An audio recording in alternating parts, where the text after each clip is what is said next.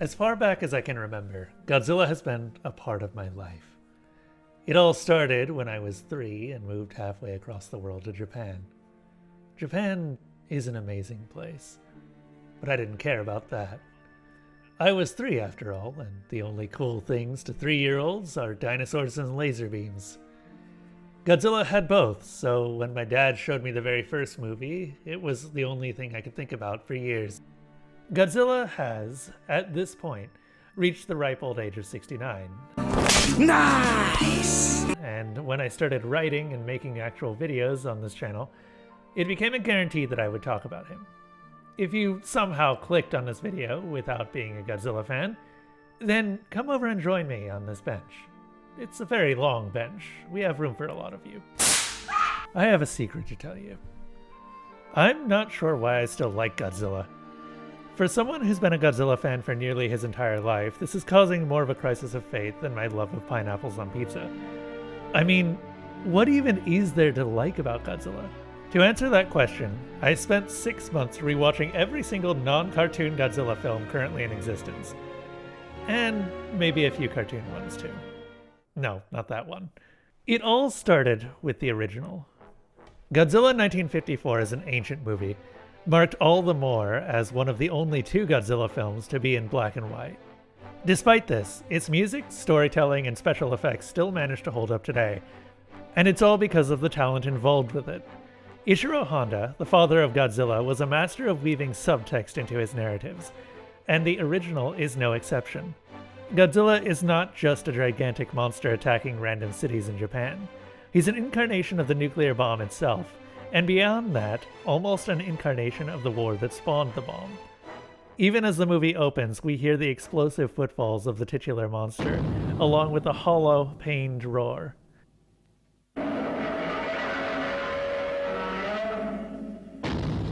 The sound design of later movies never managed to match that of this one, and it's almost like a time capsule of the state of Japan when it was made. There's such a sense of terror and grief that flows through the entire film.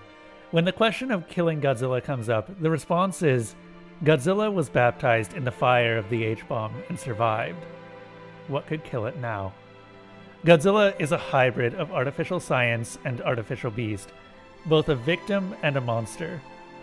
For Ishiro Honda, Godzilla was a tragic figure, and nothing shows this more than the final fate of both Godzilla himself and the man who killed him. Enter Dr. Serizawa, a scientist who lost his eye in World War II. During his research, he unintentionally discovers the oxygen destroyer, the answer to the question above. But he fears to use it because if he does, then it becomes just another weapon for armchair generals to use without considering the lives lost and the damages done. Ultimately, he agrees, after having seen the sheer destruction that Godzilla inflicts on the city. It's in this scene, with Serizawa listening to the radio that's broadcasting the farewell songs of the survivors, that he comes to a decision. He will use the oxygen destroyer, but he will be the first and last person to do so. As his research burns, he takes his only prototype.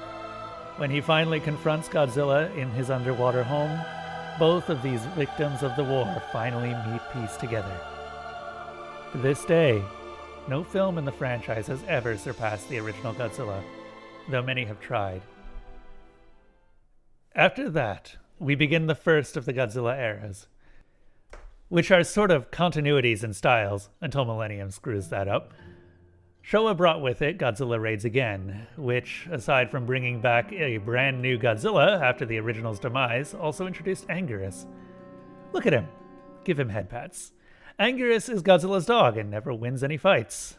Unfortunately, this began Godzilla's trend of serialization.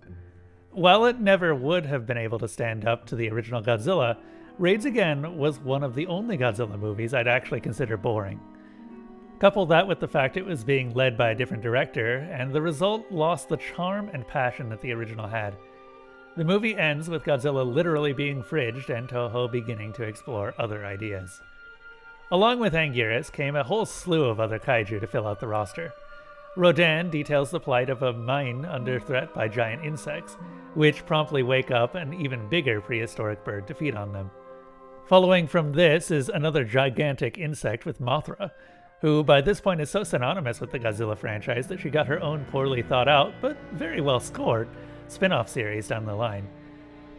Varan the Unbelievable was so unbelievably boring that I actually skipped it entirely during the research rewatches. Poor dude needs better movies and more than 30 seconds of screen time. The next Godzilla movie, Fuck it, I'm leaving that in. The next Godzilla movie would build on what Raids Again started and pick a new monster for Godzilla to fight. King Kong vs. Godzilla would be a major turning point for the series as a whole, though.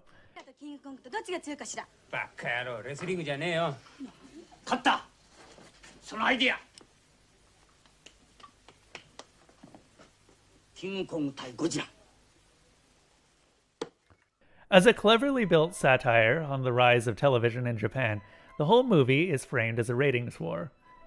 The human story effectively kidnaps King Kong from his island to go fight a newly thawed-out Godzilla as a way to sell pharmaceuticals. It's so relatable that my medical bills are swooning, and that's not even taking into account the less imaginative framing of East versus West here. All of this works not just because of the clever writing, but also some genuinely fun fights that feature moments that are so memorable they'd get reused the next time these two face off almost 63 years later. This was the closest that Godzilla got to reclaiming the greatness of the first movie. But it also convinced Toho that there's more life in this lizard's tank. Now that Godzilla has been firmly established as a successful brand, we start to see a whole lot of new movies. Like, a whole lot of new movies. Jesus fucking Christ. As time went on, more and more monsters would get added to Godzilla's hit list, including yet another king. King Ghidorah established himself as the big bad of the franchise, with not only some incredible suit design, but also genuinely impressive effects work for his lightning beams. This guy's so well known that he's had a place in every single major Godzilla continuity that existed, along with being in numerous movies within the Showa films themselves. Also, he's my favorite boy, and I may have a massive shrine to him in my house. No, I am not joking. And then there's the final recurring member of the Godzilla series, simply labeled as Mechagodzilla. Easily the monster with the most interpretations to his character other than Godzilla himself, Mechagodzilla smashed onto screen near the end of the original run of Godzilla movies, bringing the series back to the dark and gritty tone that the original film was known for. Mechagodzilla is essentially a mirror clone of Godzilla himself, to the point where he even appears identical during his first movie. Different interpretations have continued to change the meaning of mirror with each iteration, but it's partially because of this that Mechagodzilla continues to persist in later Godzilla movies. Also, he's just cool. Look at the dude. I love his face in Okay, maybe not every version. At this point, we have all of the monsters that would make up the Big Five: Godzilla, Mothra, Rodan, King Ghidorah, and Mechagodzilla. With that final entry, Showa is over. Over the years, audience interest continued to wane, and Godzilla's continuing abandonment of his original themes modernized him into just another advertising piece, wrestling on screen for audience enjoyment. Ironically, King Kong vs. Godzilla became true even as it was being filmed.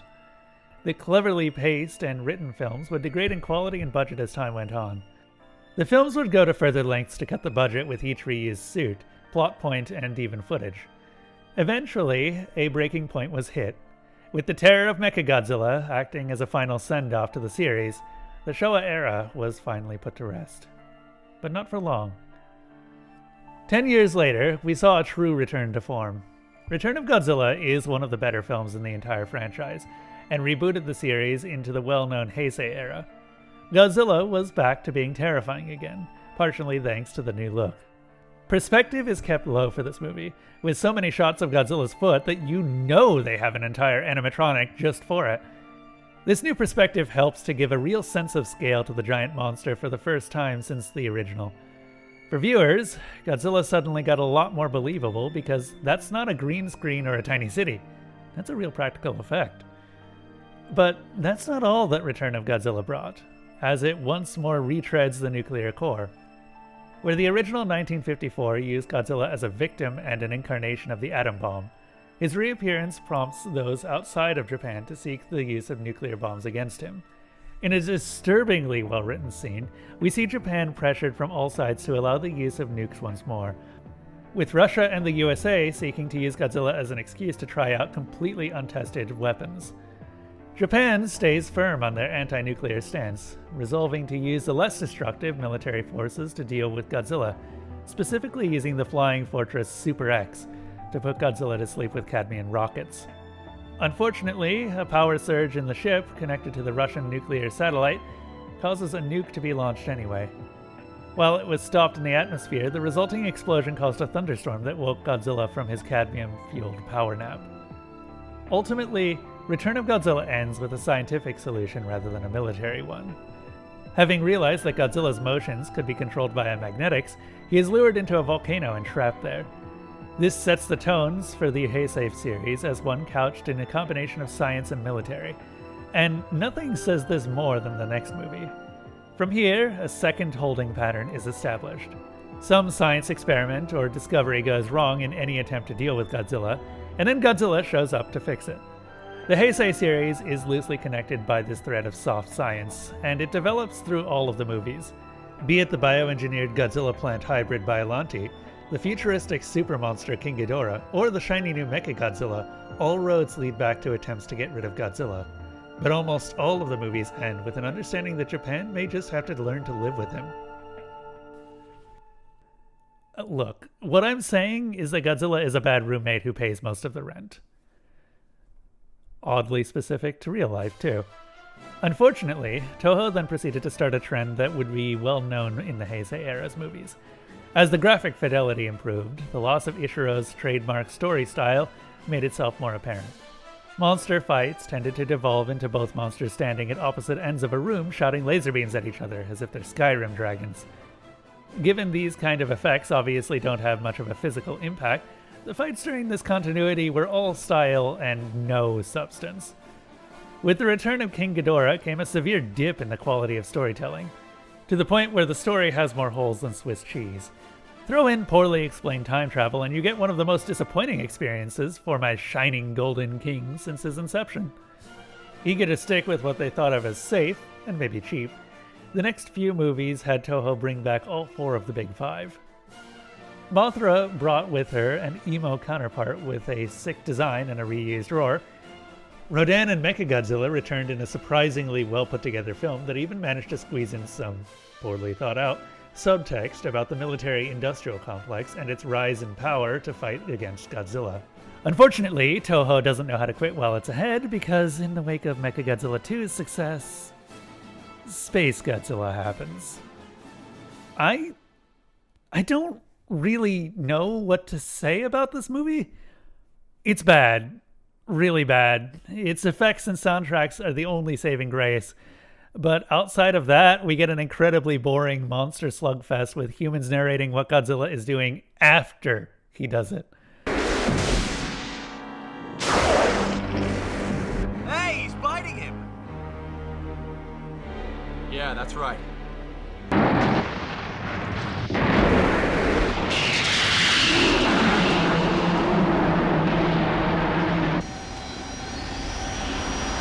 Kyo.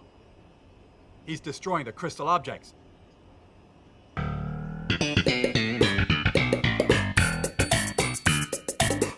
There's a weird subplot about mind control that goes absolutely nowhere. Space Godzilla himself, while an interesting design, is also a completely reused design from a Nintendo 64 game. This movie is the result of a team that didn't think that they were going to make another film, and it absolutely shows. So, Toho finally decided it was time to put the king to sleep for good. The next movie, Godzilla vs. Destroyer, introduced a spiritual successor to the original Oxygen Destroyer that killed the first king of the monsters. Taking on the form of a demonic crab, it does battle with a Godzilla that's become so radioactive that he's visibly melting himself to death. While much of this movie's plot is taken up by monster fights, the literal meltdown clock on Godzilla adds an incredible pacing to this entry. Moments like Godzilla's dorsal plates melting as he unlocks more and more power keeps the fight interesting, even as Destroyer himself evolves into larger and more dangerous forms. Heisei ends with an unforgettable death of Godzilla and the rise of his son to replace him. If you're a Godzilla fan, even if you hated the poor writing of Heisei, this moment is unforgettable. But it also comes at the cost of being a band-aid for one of the worst Godzilla films in the series. At this point, Godzilla is put to rest for another 10 years, but while the king sleeps, several other giant monsters get to shine. I'm not joking at all when I say that the time after Heisei was a true golden age for kaiju movies, and Godzilla was completely absent. Our Lord and Savior Gamera has returned, and he's incredible. Who's Gamera? What? Are you serious? Okay, right, I forgot. Gamera is an off-brand Godzilla who looks like a giant flying turtle that was created shortly after he was, to capitalize on the sudden interest in monster movies. While I've not seen many of his Showa films, they were made on an even cheaper budget than those movies. I'm guessing they had to feed the staff with the lobby saltines in the studio next door. But none of that matters because the Gamera trilogy is the best group of traditionally produced kaiju films that have ever come out. There are absolutely incredible moments and storylines and fights, and oh my god, I just love it all. Not only does this series do Gamera justice, but all of the new monsters introduced with him are just mwah. I mean, look at this! Legion and Iris are terrifying and have such strange forms that half the fun of their designs is trying to figure out where the hell their head is and how they even function. Not only that, but Gamera himself is probably the most glass cannon kaiju we know, and is frequently laid out after just a few blows. This keeps the fights intense and allows the monsters to change and get hurt as the movies go on. Gamera loses an arm, Legion loses whatever these are, and there's just such a feel of impact to every one of the kaiju attacks.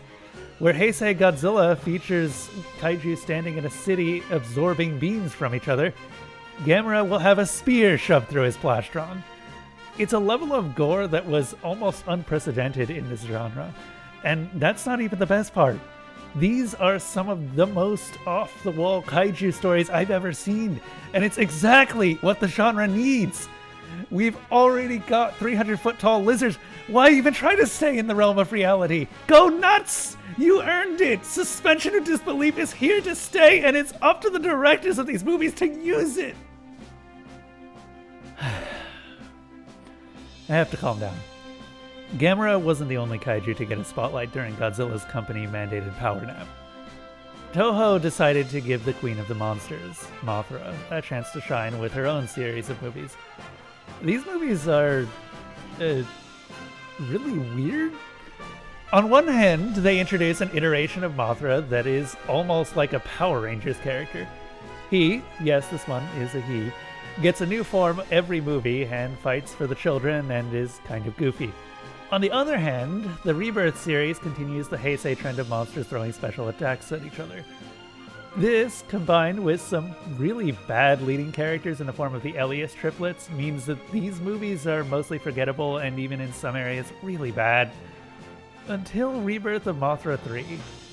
I have no idea what happened in the scripting room in Rebirth of Mothra 3, but that movie was actually sort of good. It introduces King Ghidorah... What? Oh.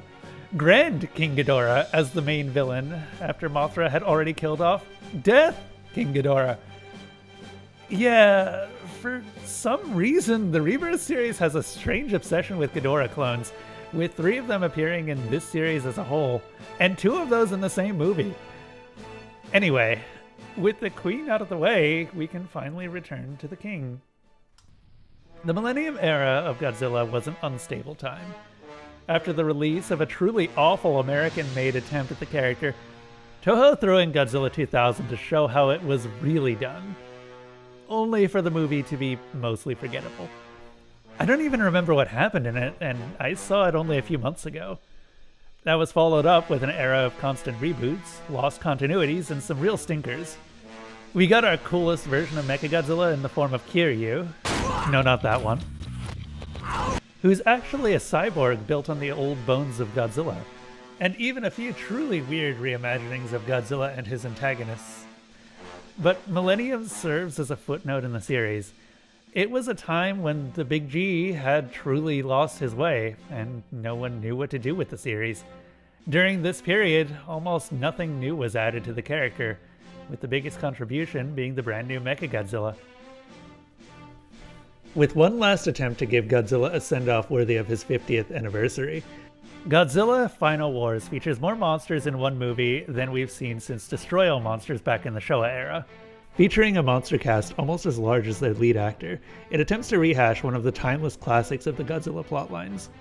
Aliens mind control monsters. Godzilla has to stop them.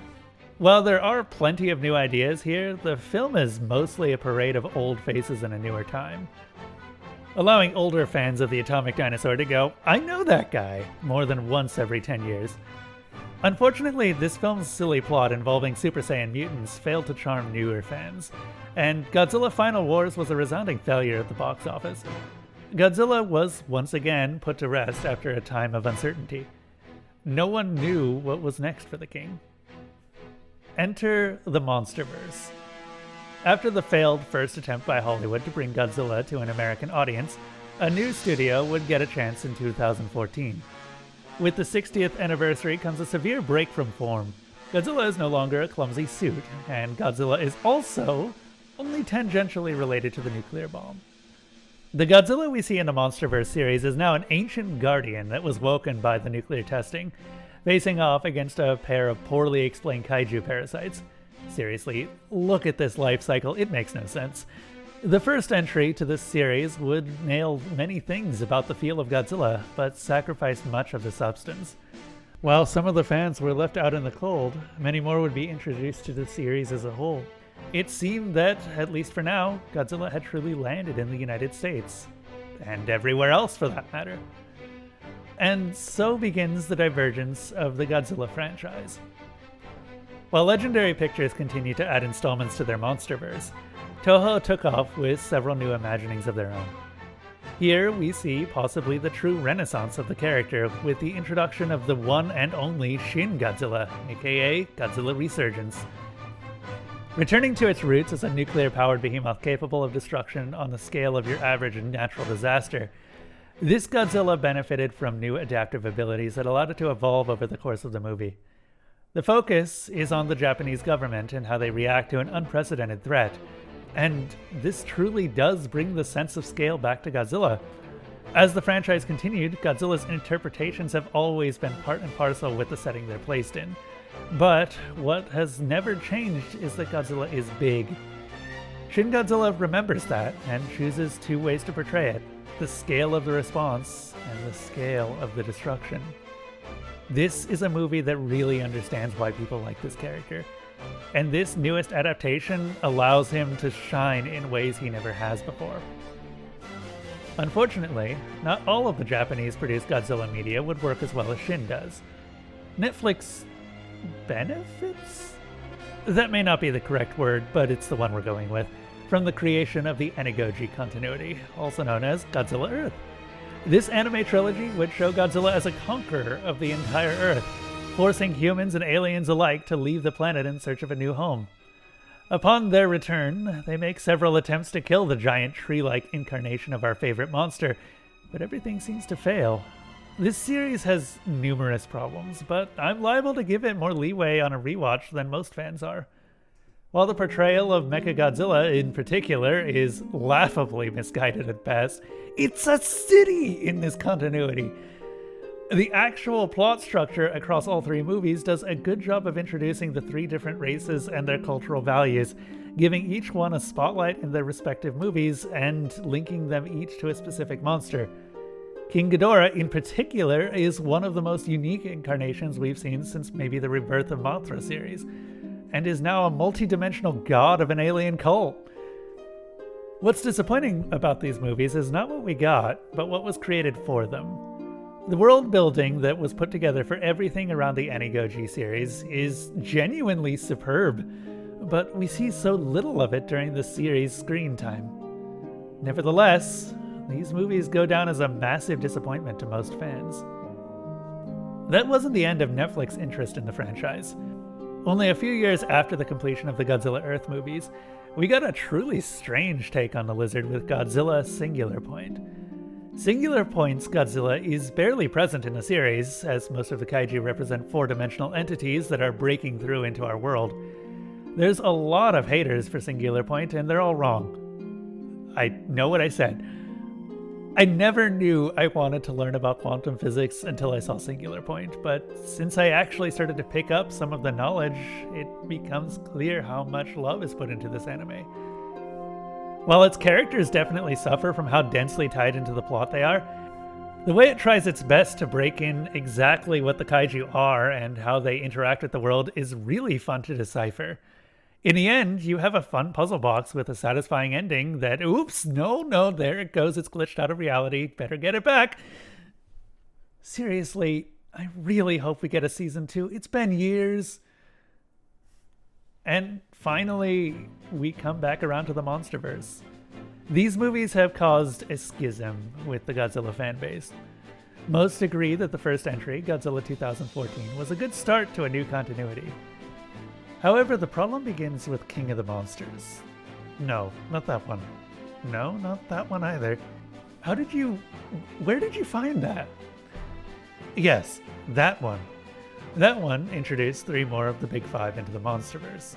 Criticisms vary, but the biggest and most valid one are that the Monsterverse has some very lackluster writing in terms of dialogue and some fairly large plot holes. While Godzilla movies have never been the most tightly written, many of the older fans still remember the earlier entries in the Showa Era that backed up their low budget with cleanly written themes. King of the Monsters seemed to set the standard for Monsterverse movies. Big CGI fights with poorly fleshed out and written human characters. But Newt, aren't humans not the point of Godzilla movies? Well, yes and no. First, let's point out that the best Godzilla movies consist of 2 stories intertwined with each other: the human narrative and the monster narrative. While the humans absolutely do have a place in the Monsterverse films, their motivations and ties to the monsters are questionable. Humans in the Monsterverse films are rarely driven by their relationship with the monsters, either as a method of coexistence or a drive to kill them. Instead of being the drivers of the plot, they are driven by the plot, ironically taking the role that most monsters have in the Japanese-made Godzilla films. And that's not even talking about the weirdly convenient plot of Godzilla vs. Kong. I can't go into it in huge detail because there's just so much, but I'll leave it to you to throw it up on screen while I talk over it. Godzilla vs. Kong is more or less a whole bunch of excuses to get King Kong and Godzilla to fight. The humans in the movie are nothing more than audience surrogates that follow the title characters around while they get to do all the interesting things. And depending on who you are, what I just said may have caused a violent disagreement. But aha, you have fallen into my trap because that's what I'm leading to. These movies are more or less what most American audiences think of when they hear Godzilla. All spectacle and no plot. Gone is the subtext and deeper meaning. With the Monsterverse films, you get exactly what's in the title. Godzilla vs. Kong is a movie where Godzilla and King Kong fight. King of the Monsters is a movie where a bunch of CGI monsters decide who gets to be king. These movies are very pretty, have amazing music and excellent special effects, but lack what made the original Godzilla movies special. Therein lies the schism in the fan base, where those of us who have seen better films in the series simply want more. We don't dislike the movies for what they are, but what they could have been. Like it or hate it, the Monsterverse is still the face of the franchise, and it seems to be here to stay. With an entire TV series currently in release, and at least 1 more movie set to release soon, the Monsterverse seems to be coasting off of momentum. But those like me, who have seen enough of Godzilla movies to recognize basic patterns, are beginning to see the downward trend. So let's talk about that. Godzilla continuities seem to follow a cycle. As many characters as the franchise has, they fail to have the depth needed to make some sort of real cinematic universe around. So we tend to see a resurgence of interest, followed by a sharp drop-off as Godzilla himself fails to establish much meaning as a character. But that's kind of what we love about him. Godzilla films may actually be at their best when they are taken as interpretations of the character, rather than as a continuity. We've had at least 3 major continuities across the franchise with Showa, Heisei, and Monsterverse. While each of these feature drastically different interpretations of the character, even during the same continuity, they also represent times when people found out about Godzilla and the franchise as a whole. That's sort of Godzilla's real strength, being almost devoid of a consistent character. The only thing that really matters to a Godzilla fan is nuclear-powered city-destroying monster, and even nuclear is optional. After that, it's up to the director to figure out what that means. Even the term kaiju is incredibly hard to define. Some fans are only in the series for the giant monster fights, and that may be enough. Others prefer the more complex subtext of Ichiro Honda's original designs. Still more appreciate the continuity brought on by the Heisei and Monsterverse interpretations.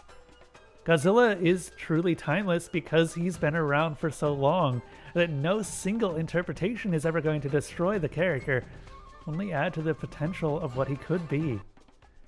That's not even all of it either. The success of the first movie brought about an entire style of filmmaking and spawned numerous competitors. I talked about Gamera earlier, but so many other shows wouldn't exist at all if not for Godzilla, including shows like Kamen Rider, Ultraman, and Power Rangers. Godzilla doesn't just reign supreme in the kaiju genre, he single-handedly started the Tokosatsu style in Japan, which is still worked with to this day.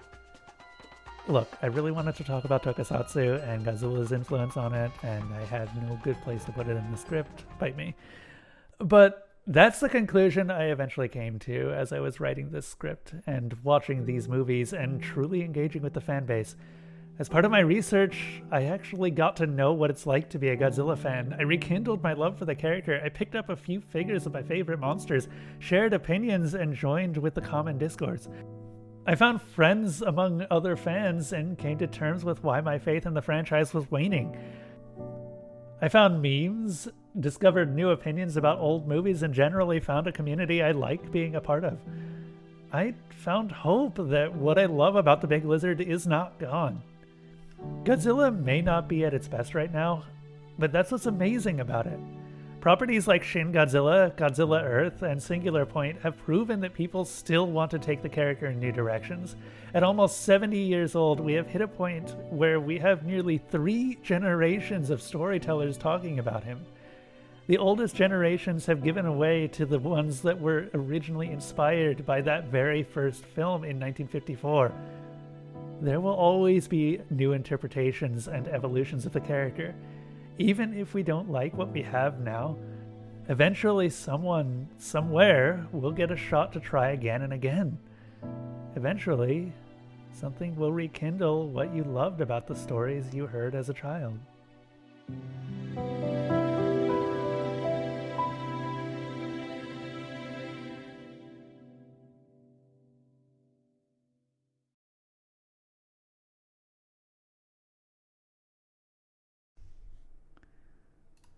Well, this is out ahead of time. So if I timed this correctly, this should be out shortly after the release of Godzilla -1. I really, really want to see that movie, but probably can't for various reasons. And because everyone loves ratings, here's a couple of very short ratings for everyone to figure out what movies they should watch. All right, now that that's done, moving on. I made this video in an attempt to try and get more people interested in Godzilla and to describe exactly why I love him myself. Hopefully that accomplished exactly what I wanted. Anyway, yeah, this is... that. I mean, if you can't tell already, it's very unscripted. But this is the first video that I've made since the Prey video that just felt right. So hopefully I can keep finding that sort of feel with each of the videos. Anyway, I'm rambling. Thank you very much to Ryu, my editor, for putting up with me during the very short production time on this. And if you want to support me, there's always the Patreon. For those who joined the Discord, I actually did a advanced preview for this to get some feedback. So if you want to be a part of that next time, feel free. Hopefully the next video will be out sometime soon, but I don't exactly have a schedule for these things. And yeah, go check out the Patreon. Bye.